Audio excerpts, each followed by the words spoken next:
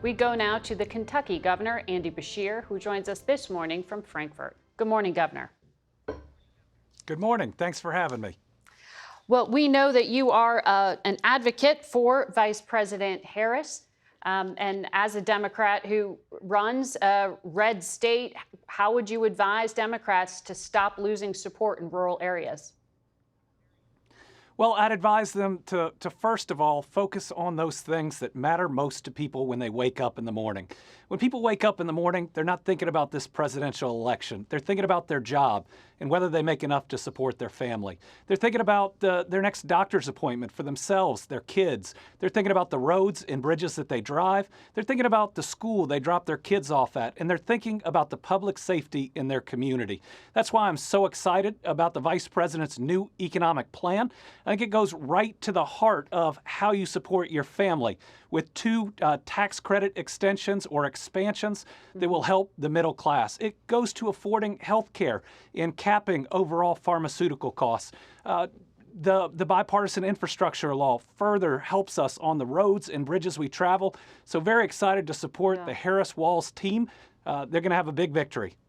Well, to get many of those things done, the vice president would need Congress to work with her. So those aren't quick fixes necessarily. But on the Harris economic plan that you mentioned, there was also this federal ban on price gouging on food and penalties for companies that exploit crises.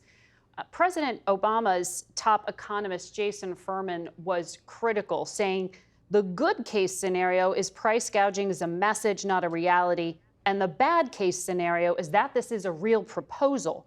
You'll end up with bigger shortages, less supply, ultimately risk higher prices and worse outcomes for consumers.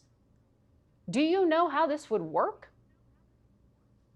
I do, because I've been an attorney general just like the vice president. I pursued price gouging statutes and their violations when it comes to the price of gas in Kentucky, and we won and ultimately returned millions of dollars to our people.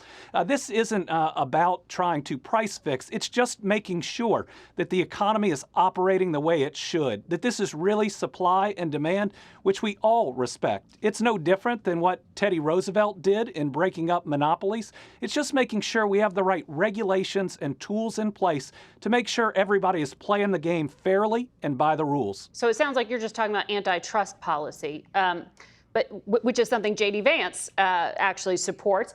But Republicans, as you know, are accusing Harris of advocating for price controls, like in communist countries where the government sets a price rather than the marketplace. You just said it's not price controls, but can you explain then how you define what an excessive price is if you don't have a benchmark?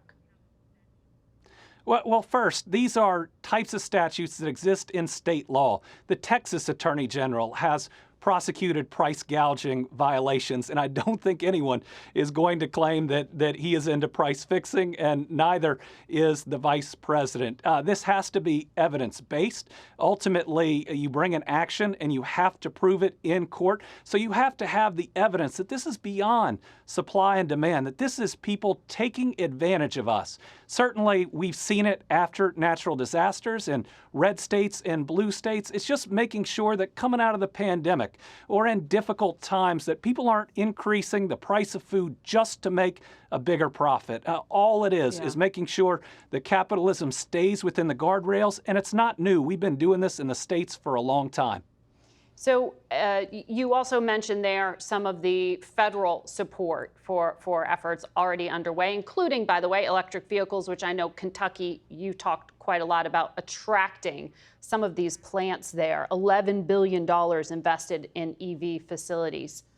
You've got at least 3 expected to open in 2025. What's the breakdown there of union versus non-union jobs? Well, all of the facilities are being built with union labor, thousands upon thousands of jobs over the course of that construction, which has taken years.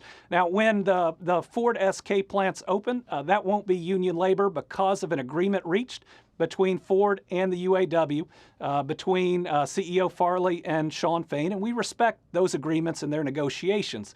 Now, what it did mean is that 10,000 plus UAW workers in Ford's 2 other facilities in Kentucky got better wages, better benefits, a better life for their families.